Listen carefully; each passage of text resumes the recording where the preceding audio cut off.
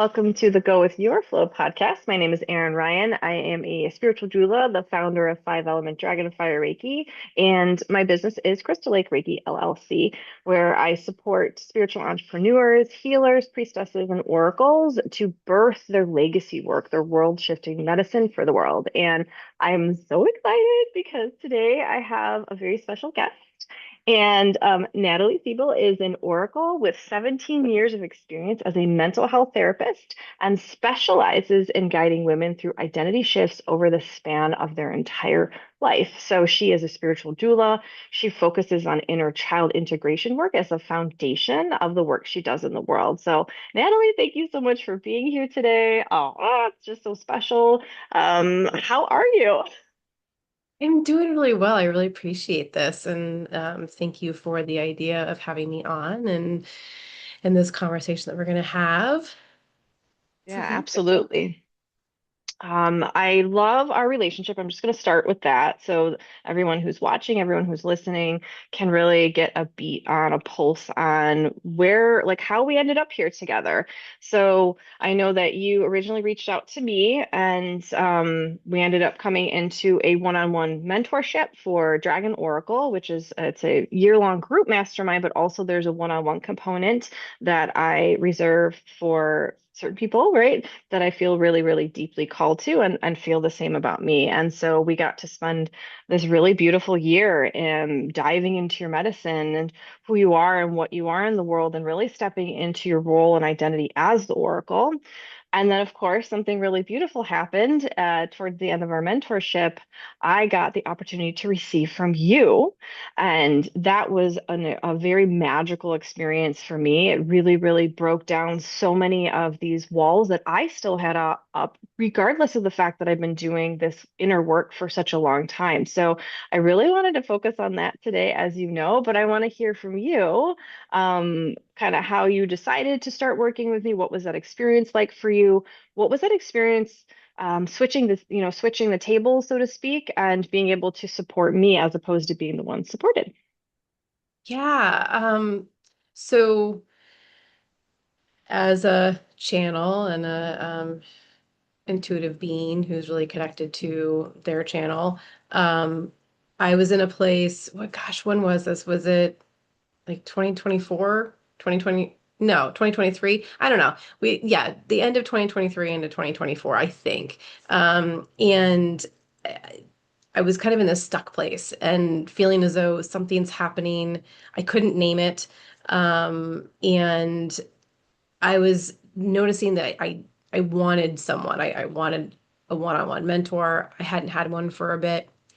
And so I don't even know. Like I just remember like you came. I don't know if it was someone had recommended you to me or if I was already following you, and I just felt the call. I just like the nudge to reach out to you and be like, "Hi, I think I need to work with you."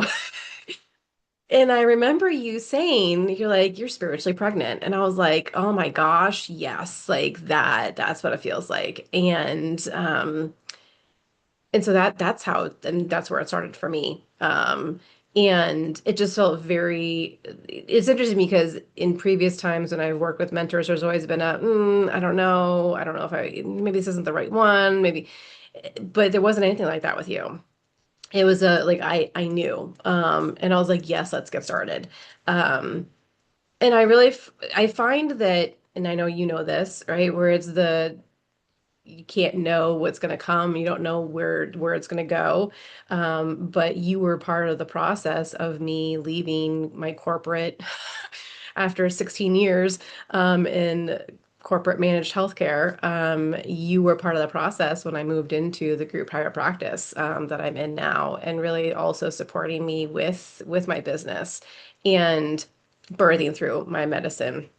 And I will say it's over the last 17 years, I've been dabbling more and more into inner child integration. And it really started to become more solidified in the last 4 or 5 years. But in this last year, really helping me recognize like what my signature offer is within inner child integration. And so downloads coming and all these ideas. And I had this huge idea that came through on a group offer, but also a one-on-one offer. And I remember feeling as though I really wanted to offer it like as a beta to a few people.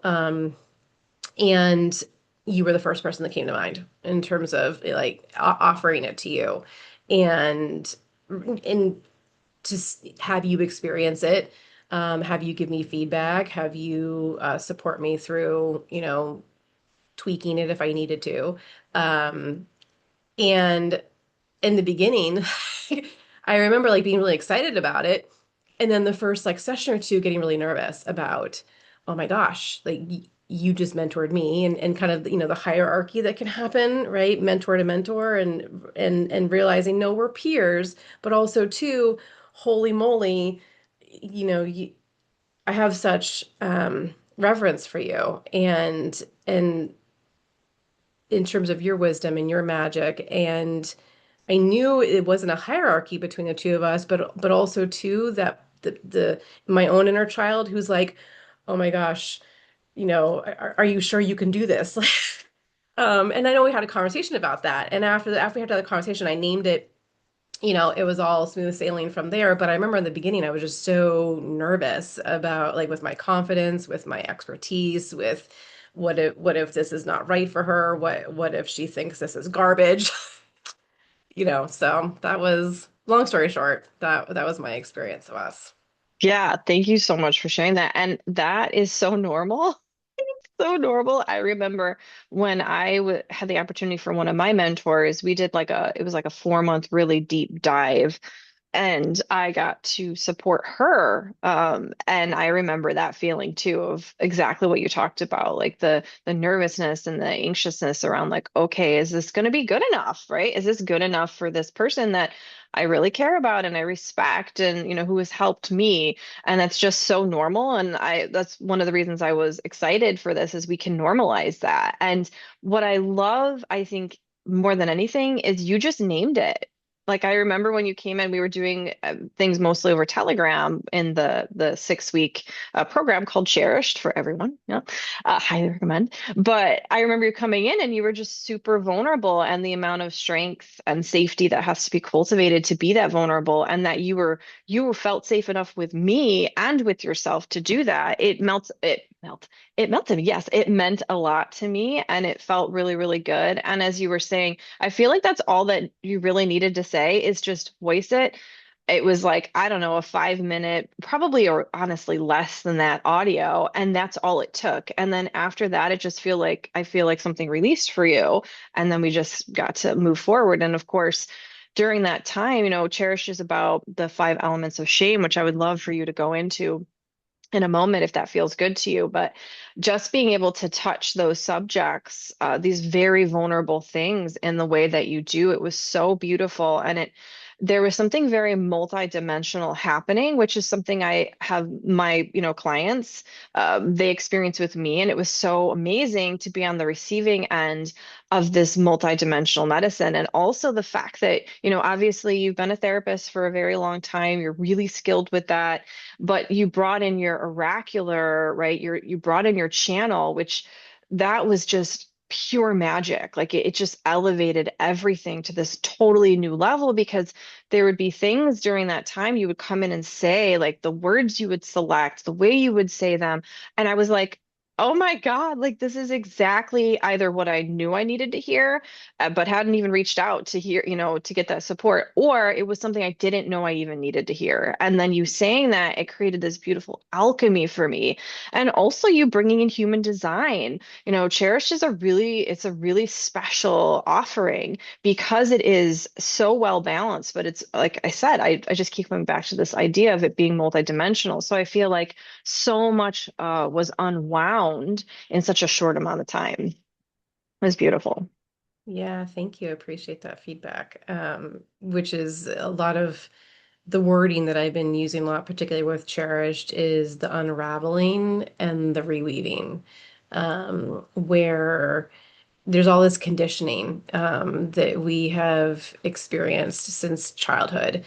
all the wounding, the ways that other people's shame shows up that then influences our shame, the way that just people living their life and how our shame commingles with it, and the ways that we operate as a way to protect, as a way to cope. And it's there for protection. And at the same time, there's a lot of holding back. There's a lot of not being our authentic selves.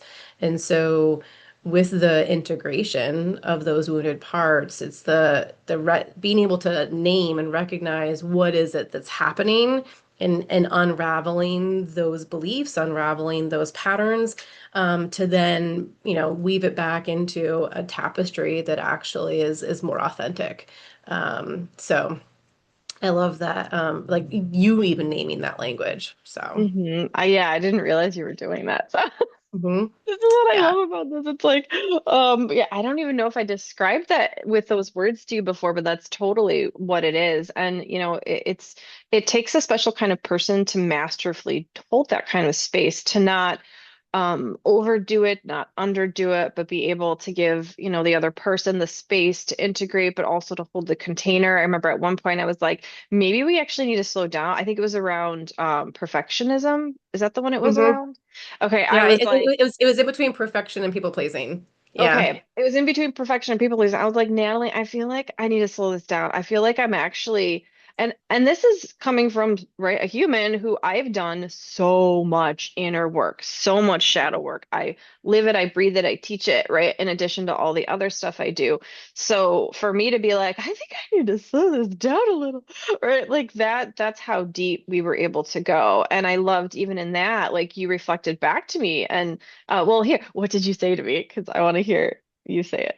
Which I think I said, well, I don't remember the exact words, but Yeah. along the lines of, I hear you. And if you really, truly think that that's what you need, like I'll honor it. And I also am going to encourage that we continue as we're going, and trust the pace that this is going, and that you're going to get exactly what you need the way you need it. Um, but again, trust your channel. And if you really feel like we need to slow down, like we can do that. Right. And Something just, along those lines. yeah, something else. Yeah. And I think that's really, really wonderful paraphrasing because I don't remember the exact words either.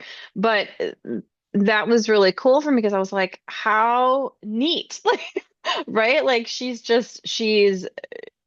this is something you do really beautifully is you honor where the other person's at, but also standing in your knowingness, like being the one holding the container and recognizing like, because one thing I remember you did say, you're like, now an option is we move forward as kind of planned, and then we tack on extra time at the end if you feel like you need to. And so what was interesting about that is I felt totally met in that. Like I felt like I could say like, no, actually, let's please slow down now. And I feel like you would have been like, okay, let's slow down now. But the fact that you kind of gave it pause and gave it space and held that line, I don't know, I like reflecting on it now even more than I already have. I feel like it gave me confidence to be like, yeah, I can do this. Like, and there's no bypassing, you know what I mean? There was nothing around that. I didn't feel rushed or anything, but it was cool. It was almost like, because it's inner child work, it's like you're almost saying to my inner child, like, you got this, girl. Like, you got this. Like, I'm here if you want to, but I believe in you. We can keep moving forward. So I think even in that interaction, there's something healing, right? The back and forth between that. And I think it's just really, really magical. One of the things that I did not know, and would have no idea to know that would happen as a result of being in Cherish was I had been really like holding my already recorded programs and things to my chest. I've had been desiring, like, hey, I really want to share these with the world, but I couldn't, there was something holding me back that I couldn't name that kept me from like sharing more of that. Like I would go into the story around it, like, oh, it's not as good now because it's not held live, or people aren't going to get it, or they're going to buy the program and then not even look at it. Like I went into a lot of story around it, so I was having a lot of resistance. But then through Cherish, something opened up for me by looking through the layers of shame and going through those five. And if you're open to it, I'd love for you to just like name the five types of shame. But I was able to, it opened up a space where I was like, of course I can sell my pre-recorded content more? Like, does a singer have to be live at each, you know what I mean, time that somebody hears their song? Like that's bananas. Like that doesn't make any sense. Like I can make this available to the world. And something really healing happened for me. And that's just like a really tangible result of working with you during Cherish. There was so much more emotional kind of shifts happening as well. Yeah, and I think that's really fascinating about this work in general, whether or not we're talking about personal development, or getting into therapy. It's the you don't realize what's needing to be healed, or what's going to come up. I oftentimes, and I know this came up for you, I'm not going to say it specifically, but this happens quite often where I will hear people say, "Oh, I already took care of that. I already healed that. I already addressed that." And I'm always like, okay. And then it comes up, and it's like, why is this coming up again? I was like, because like that's, I mean, we don't necessarily know what's gonna show up, and at the same time, there's almost like a, oh yeah, okay. And so the interesting thing about it is that over the last 16, 17 years of my career as a therapist, I've really been working on shame. My own journey has been very much about my self-worth, how I see myself, how I treat myself. And so shame has always been this underlying theme of the work that I've done. And out of all the clients that I work with, every single time, whether or not they come in because they're wanting to address anxiety or they're wanting to address depression or they're wanting to address a relationship issue or they're whatever it might be, shame comes up every single time. And I was in my therapy practice putting together a blog series, and the founder of the group was kind of helping me to figure out what I wanted to do, and I knew I wanted to do something about shame. And all of a sudden I just had this massive download that came through that I was like, oh, there's these five elements, these five ways that we act that is directly tied to shame, and that is procrastination, perfectionism, people pleasing, control, and doubt.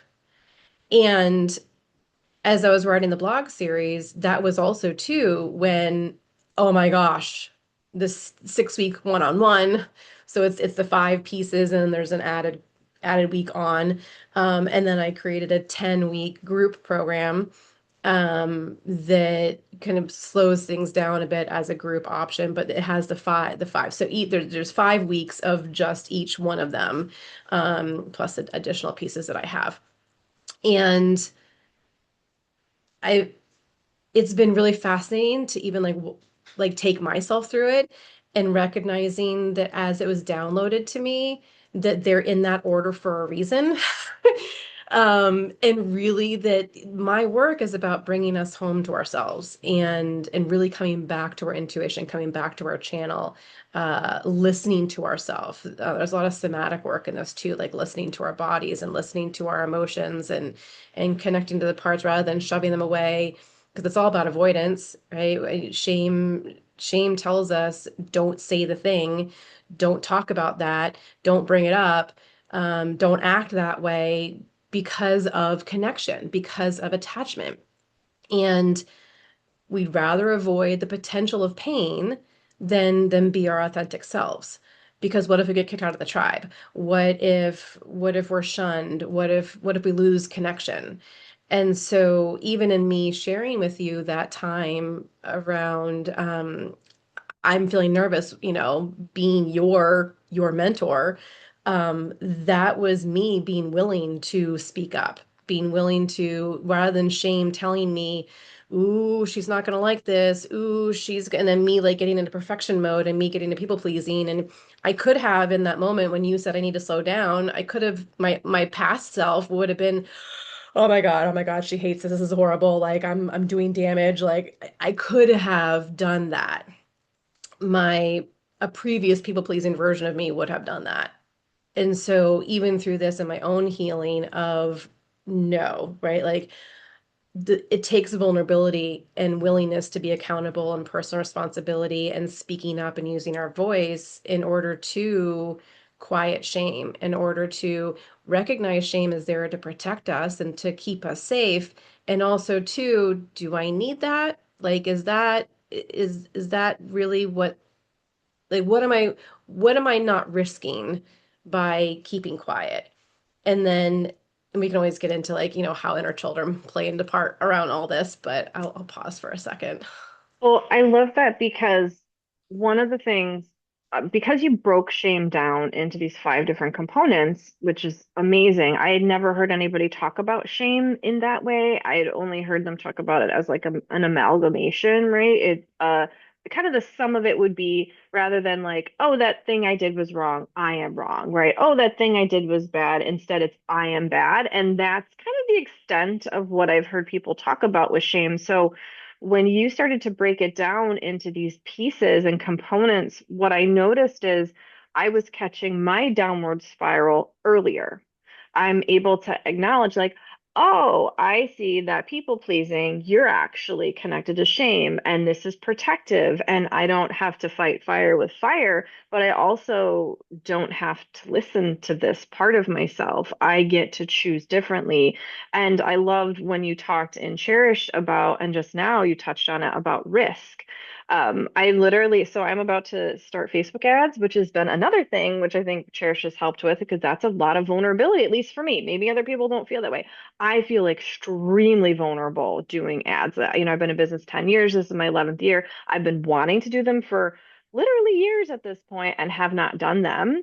And finally, it like all clicked into place. And I know that this is a part of that because I'm able to be more vulnerable now. I'm able to say, so I heard your voice in my head the other day. I was like, what if it doesn't work? Oh my God, what if I invest all this money into these Facebook ads and like everybody hates it, right? Nothing works. Nobody like gets a contribution. Nobody buys like all the story around it. And I heard you be like, and that could happen, which is something and that could happen. Like, I love that there's no bypassing in this either. You're like, yeah, like, so let's look at this. I remember during that time with you, like, okay, let's look at that. That could happen. These things could happen. Not that we talked, I think, specifically about Facebook ads, but just in other contexts around the emotions that were coming up for me. Like, yeah, like these things are real. So we're not going to bypass them. We're just going to sit with them. We're going to acknowledge them. We're going to look at them. And it was like through the slowing down, through the witnessing, through not pushing it away. You talked about avoidance, through just being with it. And this is something that is how I've gotten to where I'm at in my life and my business is I've practiced a lot of what I call getting on the ground with myself, like becoming deeply present. But there's just some things, speaking of conditioning, you talked about that earlier, some things that are so ingrained, so deeply conditioned they the shame got there from community, from society. Therefore, it needs to be released in community, in communion, in society, so to speak. So having another human there who can hold that for you, it's a necessity. I deeply believe that certain amounts of healing work can only be done individually. And I also believe certain healing work can only be done with at least another person or in community. And I would actually love to hear what your thoughts are on that too. Yeah, I agree. I think it's important that in community you have someone who feels safe. Um, and we've talked, you talk about this, so you safe humans. Um, and part of that is being able to be safe with yourself. So I really do believe in taking time for one-on-one with yourself and really tuning into what is it that you need, what is coming up that is asking to be seen, that's asking to be held, and then being able to have discernment around who is safe. And when I say safe, what I mean is, and in the conditioning piece, this is what we talk about, what I talk about in my program, and anyone who works with me, is that when we're starting to get into inner child work, what this really is reparenting. It is you being the parent you didn't have, which isn't to say that our parents were bad, horrible humans. Everyone's doing the best they can with the resources that they have and the skills that they have. And we all make mistakes. No one's perfect in what they do.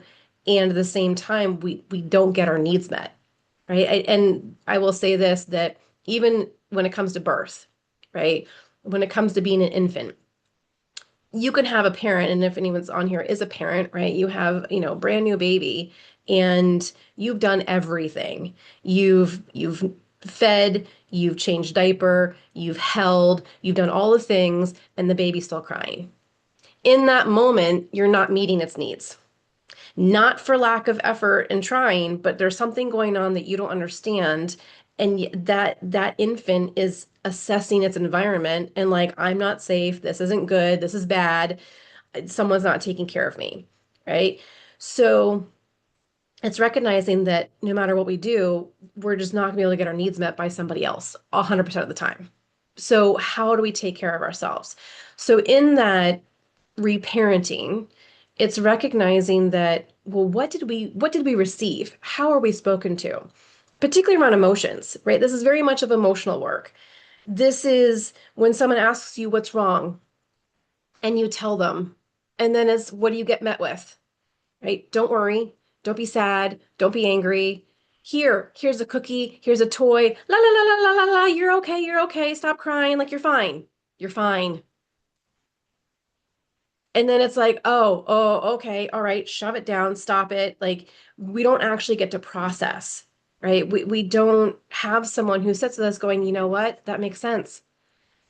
I hear you. I get why you're sad. I get why you're anxious. That makes a lot of sense. I hear you.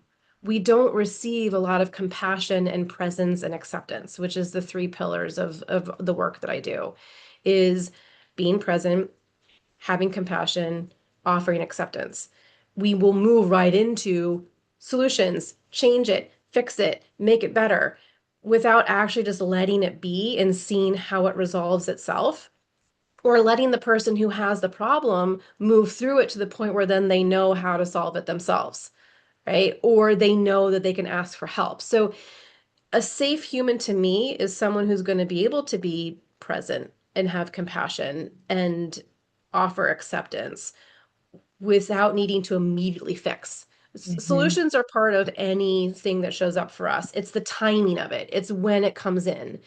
And we know this. This is the piece of like we feel defeated. We feel like, oh, like you're not listening. You don't get it. Like it feels frustrating because you're not having someone just sit with the emotion, right? And so yes, community is important, and it's who is in your community. Absolutely. Well, and what you're speaking to is attunement. Like, and we can't skip steps with this moving people through the stress cycle, which is what you're talking about, is like moving ourselves, being able to move ourselves through it, be supported when we need to be supported through it in an interdependent way, right? Not in a codependent way, or not being overly hyper independent where we're avoiding when we really do want to lean in and get that support, or being codependent where we're like, oh, I can't do this without this person, right? Kind of a thing. And instead, it's like we get to be interdependent, we get to be connected and feel supported, but also know that we can have that safety within ourselves and support ourselves.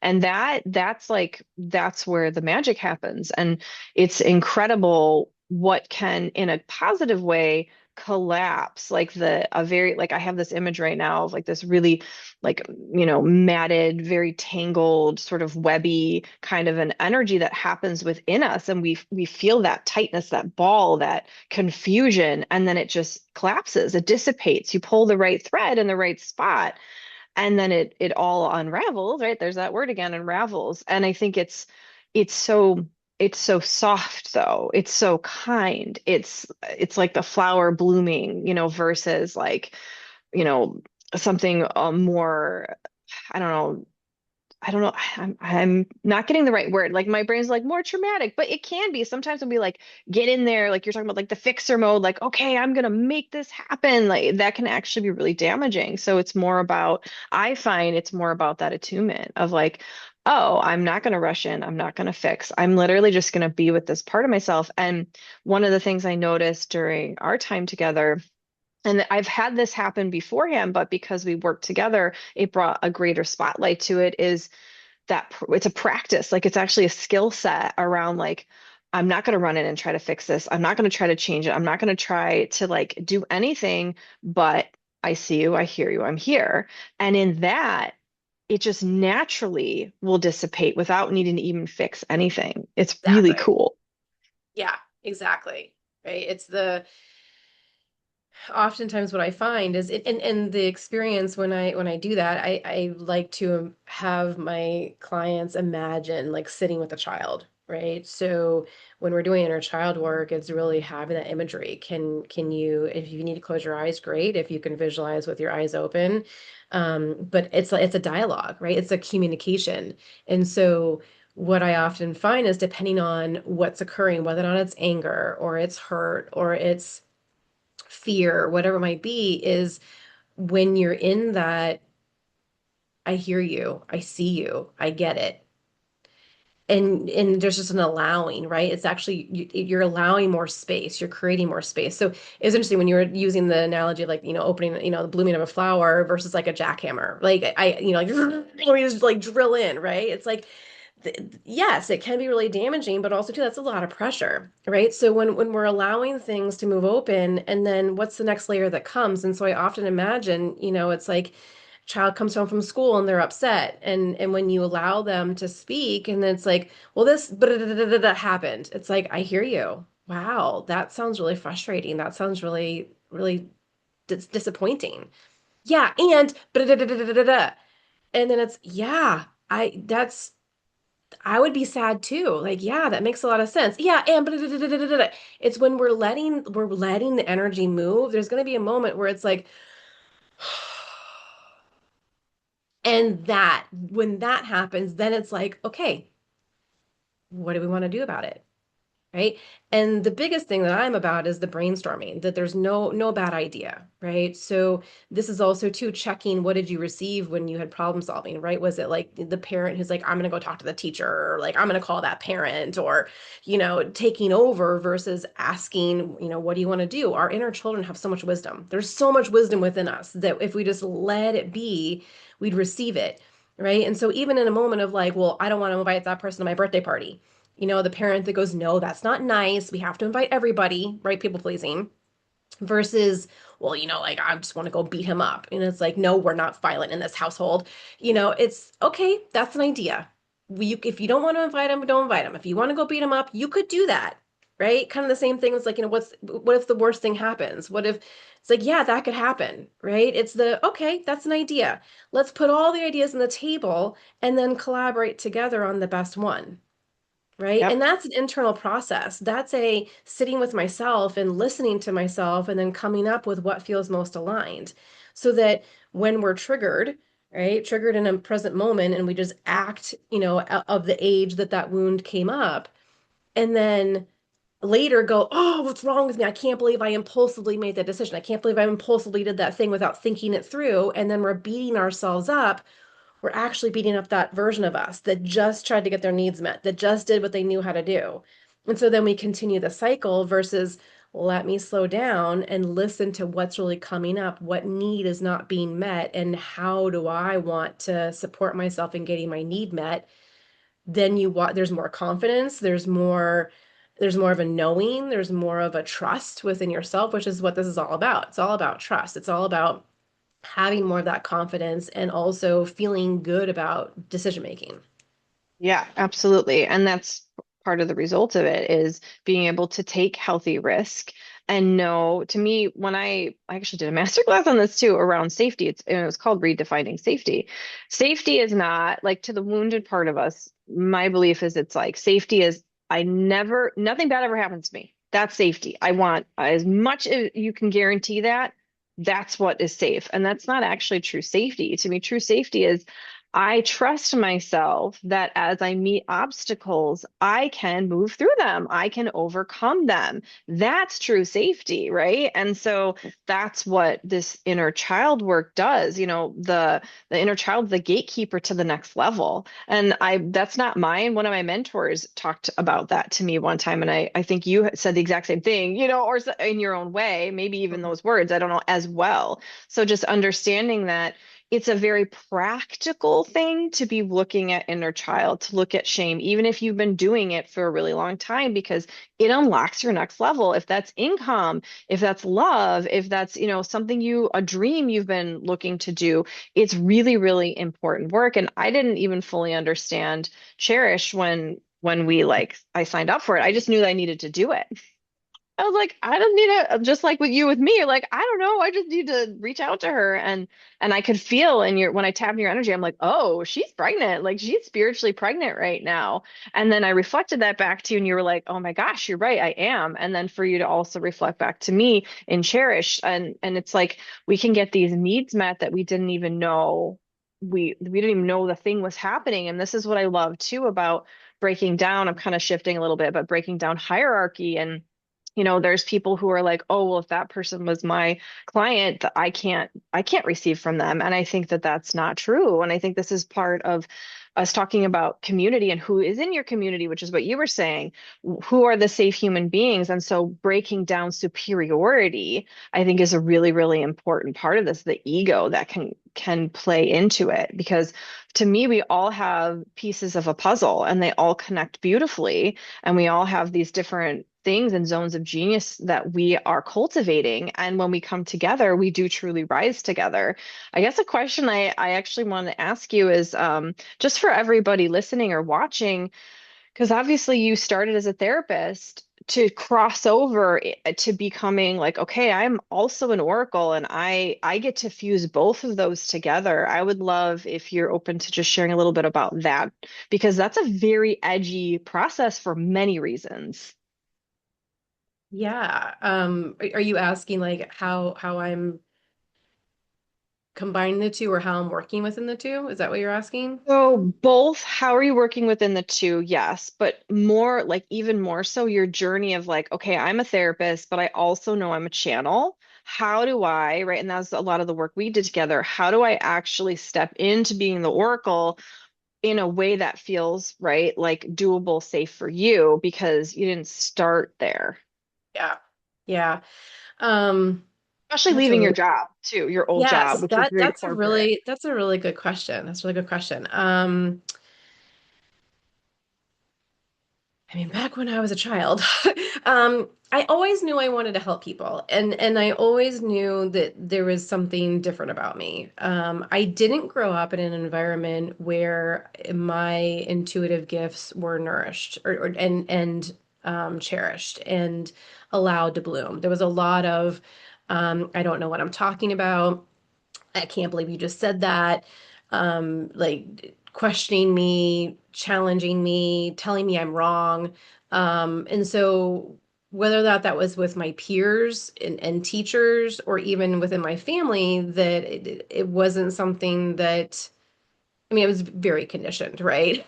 And so it took me a while. I felt lost for a very long time. But I went the therapy path because that was what felt very, in our culture, being successful, having a job, like getting my master's degree, that felt doable.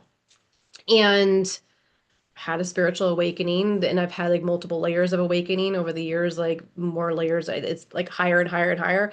But I had an awakening many years ago and realizing that um, I I don't want to be in my job. At some point, I remember thinking I didn't want to be a therapist anymore. It felt too constrictive. It felt too like I have to follow all these rules.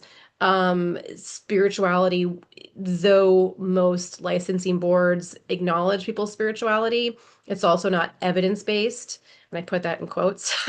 Um, that it didn't really feel like I could have an outlet to allow people in session to talk about the things that were really important to them. I couldn't get into metaphysical things. I became a Reiki practitioner and then a Reiki master, but even in my job, like I was hush hush about it. I didn't advertise it. I didn't talk about it.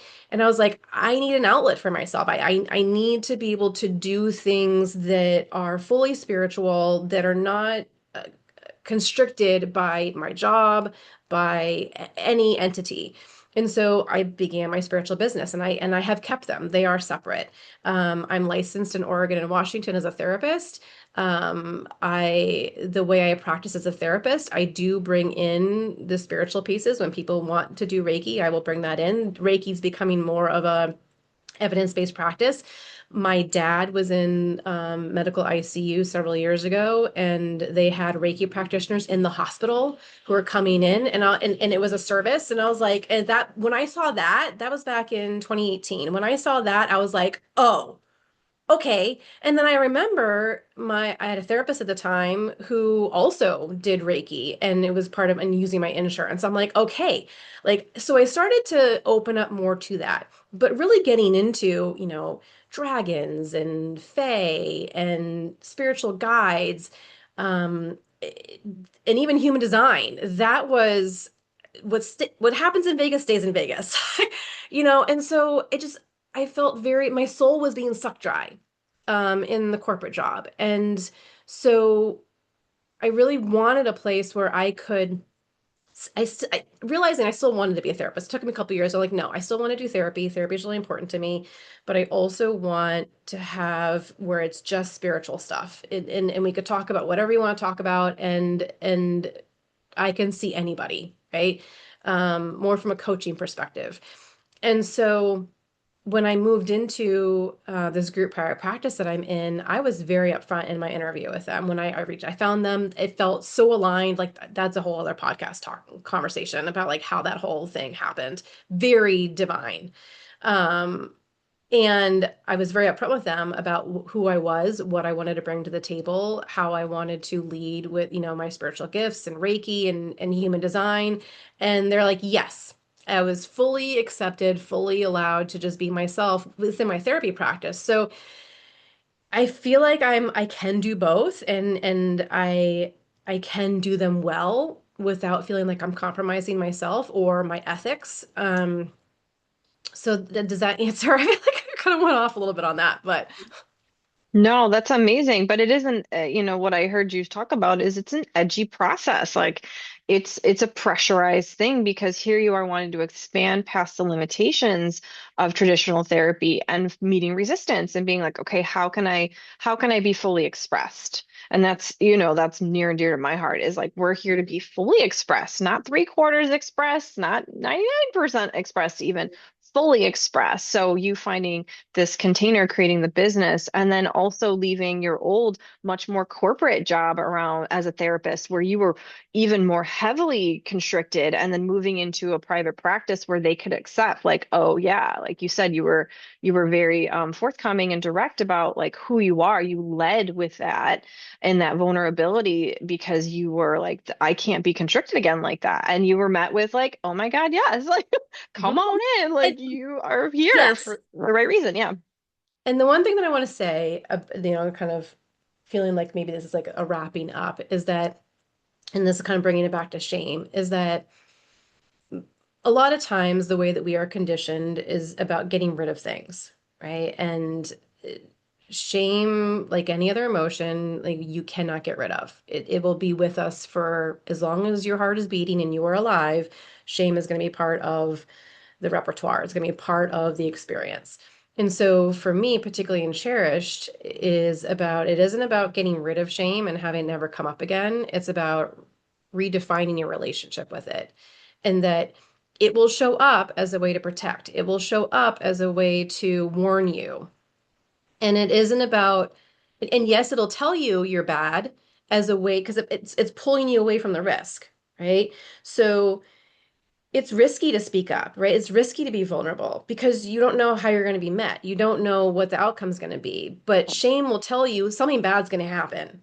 And we can't have that. So rather than risk it, just keep your mouth shut. Rather than risk it, pull back. Rather than risk it, don't step forward. And so this is I'm on a journey, driving down the road on a road trip, or I'm walking a path, and shame's going to be in the back seat, and it's going to be like, "Are you sure you're going the right way? Are you sure you want to do that? Are you sure you want to go down that road? What if we get a flat tire? What if we run out of gas? It's going to do all of that." And so it's okay, I can stay stuck in the parking lot, or I can say, I got it.